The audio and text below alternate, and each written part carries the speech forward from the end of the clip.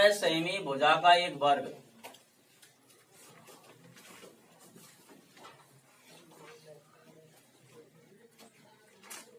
उसके अंदर एक वृत्त खींचा गया है।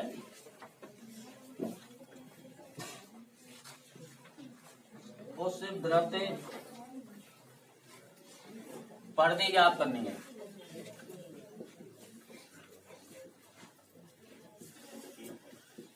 टू पाई आर परिधि होती है। वृत्त के अंदर वर्ग के अंदर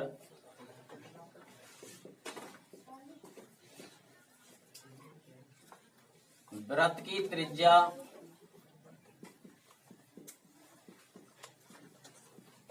भुजा की आधी होती है। अतः वृत्त की त्रिज्या बराबर 14/2 7 सेमी। ठीक है ना। कैसी हो जाएगी आप भुजा की आधी, ये 7 सेंटीमीटर की हो जाएगी त्रिज्या। ये ध्यान रखना है। अब वृत्त की परिधि ज्ञात करने का सूत्र है 2 × 22/7 इंटू 7। 7 से 7 खत्म, 22 दूनी 44 सेमी इसकी परिधि हुई। आगे सवाल में अगर वृत्त का क्षेत्रफल पूछता है तो पाई आर स्क्वायर का सूत्र लाएंगे, बराबर ये हो जाएगा वृत्त का क्षेत्रफल 22/7 इंटू 7 इंटू 7। 1 7 से 7 खत्म, 154 वर्ग सेमी। ये इसका क्षेत्रफल हो गया।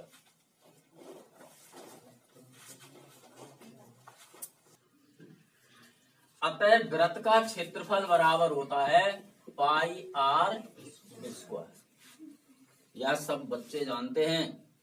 वृत्त का क्षेत्रफल, वृत्त की परिधि 2 पाई आर होती है, जो मैंने अभी लिखा है यहाँ पर, माइनस त्रिज्या। वृत्त की त्रिज्या को किससे लिखते हैं हम? आर से। इन दोनों का अंतर, अंतर का मतलब होता है घटाना और योग का मतलब होता है जोड़ना। तो अंतर दिया गया है तो हमने अंतर लिख दिया। कितना दिया गया है? 74 बराबर 74। तो देखिए आगे सॉल्व करेंगे। 2 × 22/7 गुणा आर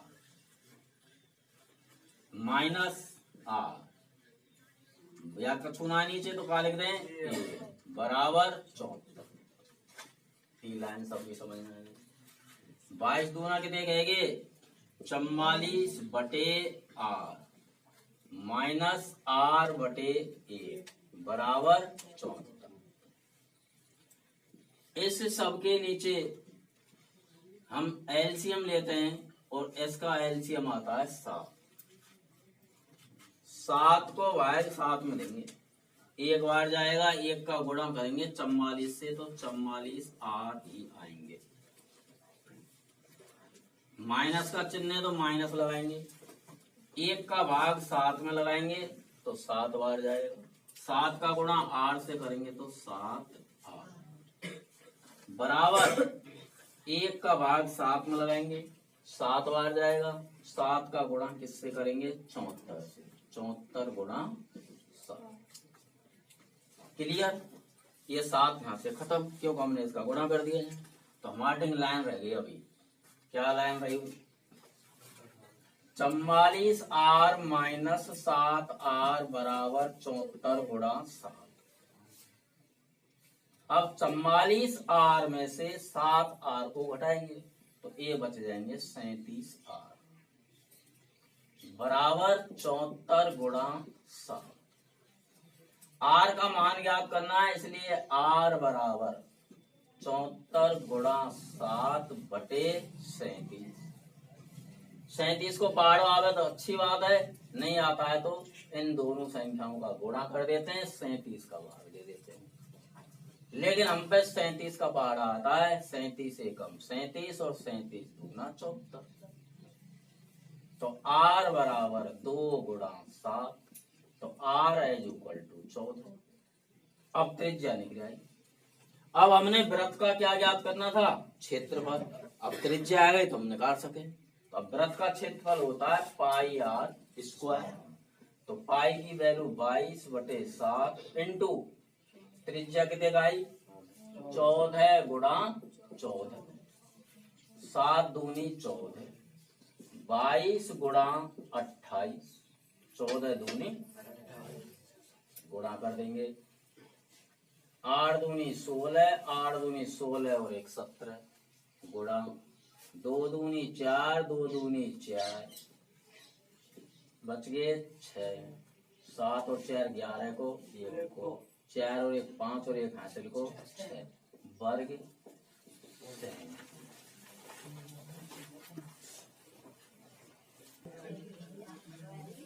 एक वृत्त की त्रिज्या 6 सेमी है। ये दिया गया वृत्त है।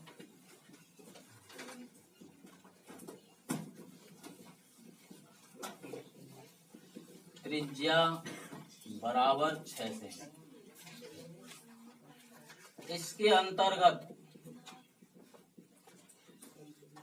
वर्ग खींचा गया है।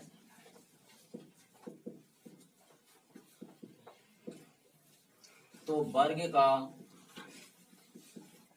क्षेत्रफल क्या होगा, ये प्रश्न किया है। उल्टो कर दिया बिल्कुल।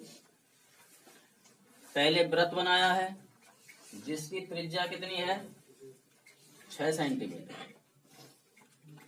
अब मान लीजिए ये वृत्त का केंद्र है, तो इस वृत्त की ये यहां से यहां तक त्रिज्या कहलाई कितनी 6 सेंटीमीटर।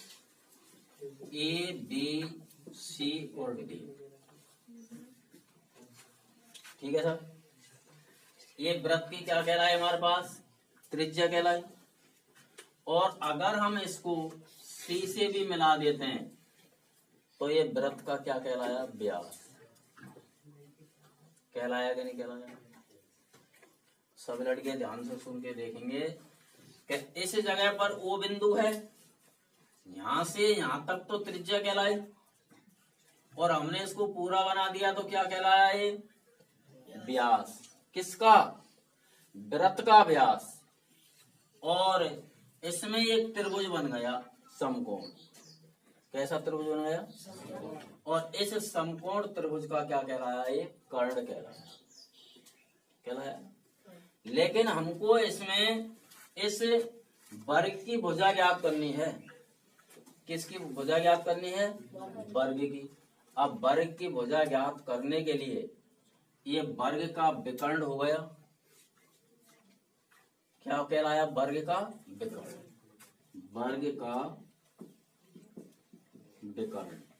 और वर्ग के विकर्ण के लिए मैंने आपको अभी सूत्र लिखा था भुजा अंडर रूट, पहले आते ही लिखा था, ठीक है ना।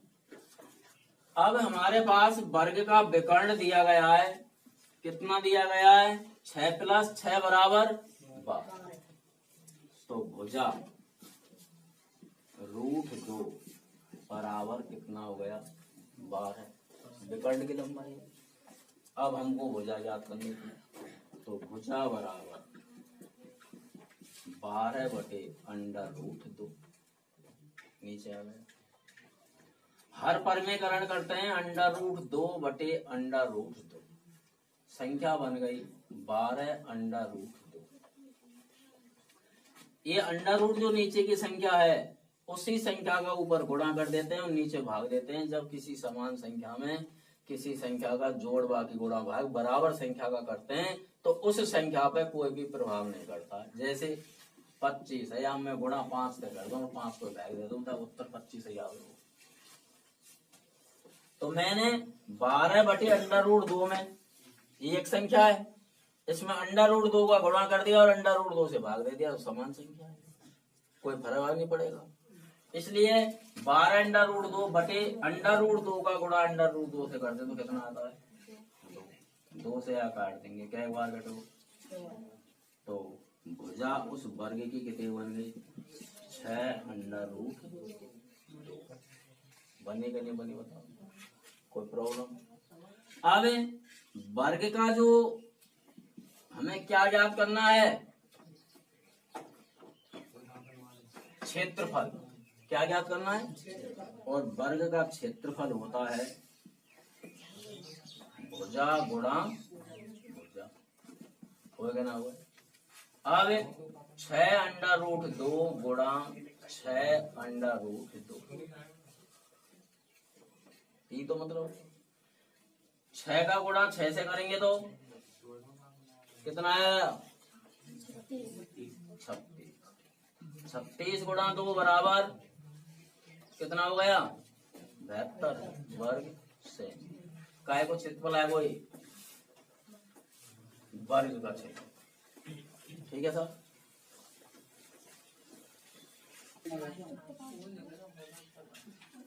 सुनिए, ABMC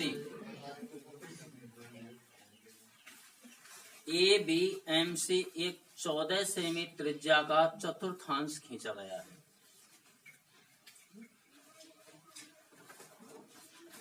BC को व्यास मानकर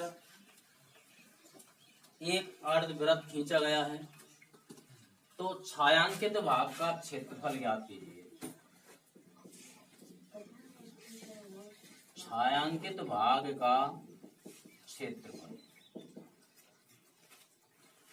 देखो, छायांकित भाग का क्षेत्रफल निकालने के लिए इसकी जो त्रिज्या दी गई है वो 14 सेमी दी गई है।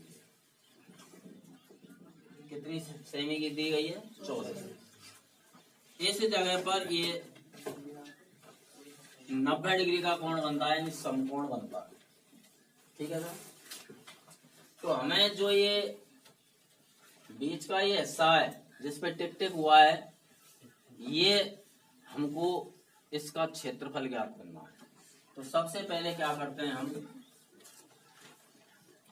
चतुर्थांश का क्षेत्रफल। क्षेत्रफल बराबर होता है 1/4 पाई आर स्क्वायर। सूत्र याद होना चाहिए। चतुर्थांश का क्षेत्रफल निकालने का सूत्र होता है 1/4 pi r square. 1/4 into 22/7 into 14 into 14। क्योंकि त्रिज्या बराबर दे रखी है हमारे पास 14 सेमी। त्रिज्या कहलाएगी इसकी, इधर हो चाहे इधर हो। ठीक है सर। तो 7 से काटेंगे, 7 दूनी 14, और 2 से काटेंगे 2 बार, और 2 से या काटेंगे 11 बार।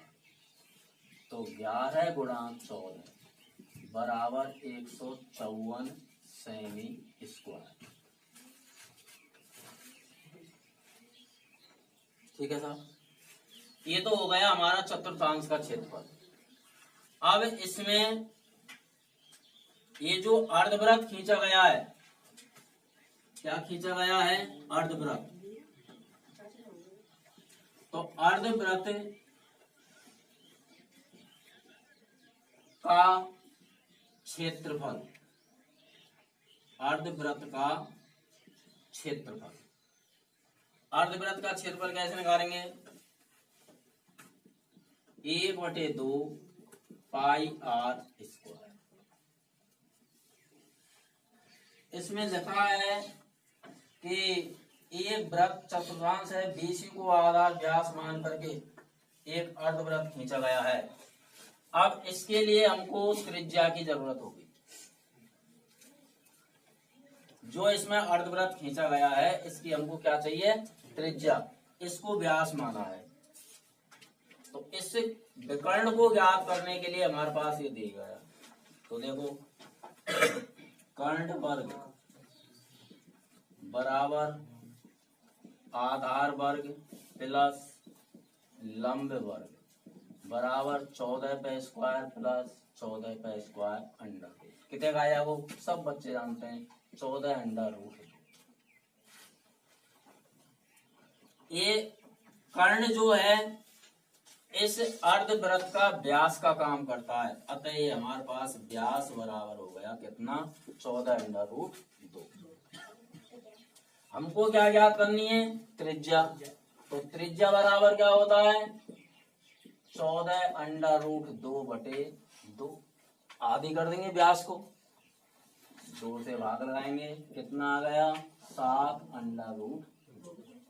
अब अर्धवृत्त का क्षेत्रफल का सूत्र क्या है हमारे पास 1/2 पाई आर स्क्वायर। तो 1/2 इंटू 22/7 इंटू 60√2 इंटू 7√2। 2 बार लिख देंगे, स्क्वायर है तो। अब देखिए 1/2 गुणा 22/7 इंटू 7×7 इंटू 2 गुणा √2 से करेंगे 2 ही आवेगा, 7 को गुणा 7 से करेंगे तो 49 आएगा। 2 से 2 कट जाएगा, 7 से कट जाएगा 7 और 22 गुणा कर देंगे 7 बराबर आ जाएगा 154 सेमी स्क्वायर। आगे बढ़ाते हुए सवाल में देखेंगे एक समकोण त्रिभुज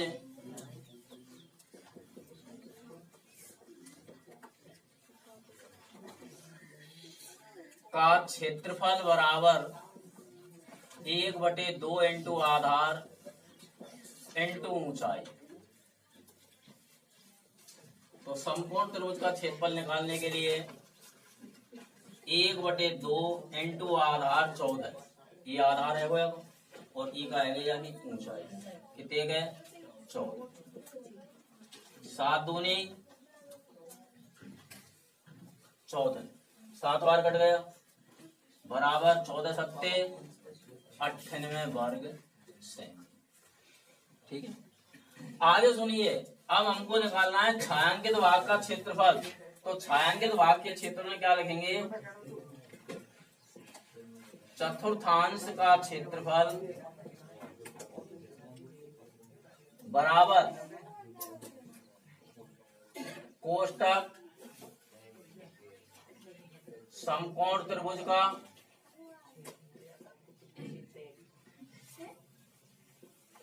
क्षेत्रफल प्लस अर्धवृत्त का क्षेत्रफल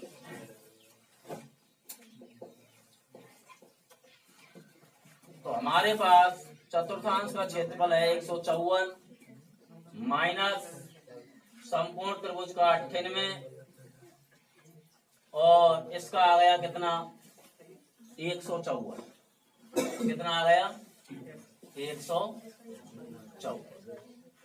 ठीक है साहब, अब ध्यान से सुनेंगे 154 इधर बच गया कितना 98, कोष्टक के बाहर माइनस के चिन्ह भीतर के चिन्ह बदल जाएंगे, क्या हो जाएगा 154, 1 से 54 से 154 खत्म, क्या शेष रह गया 98 सेमी स्क्वायर। अगर आप चाहते हो तो ऐसे भी इसको कर सकते हो कि 1 से 54 में से 1 से 54 गया तो क्या बच गया 0, शेष हमारे छायांकित भाग का क्षेत्रफल कितना रह गया 98।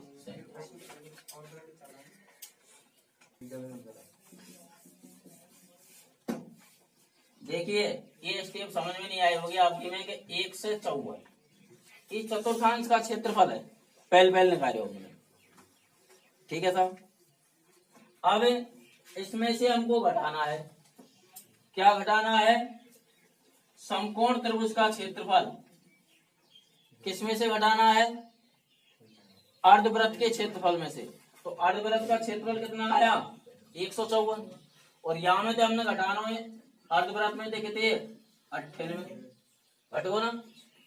अब समझो इस स्टेप से, तो देखो 154 बाहर किसका चिन्ह है माइनस का, तो माइनस 154 ये किस में बदल गया प्लस में, कितने हो गया 98, या घटो जैसे मैंने यहाँ काटा, का शेष रहेगा 98 वर्ग। ये स्टेप भी आपने ले सकते।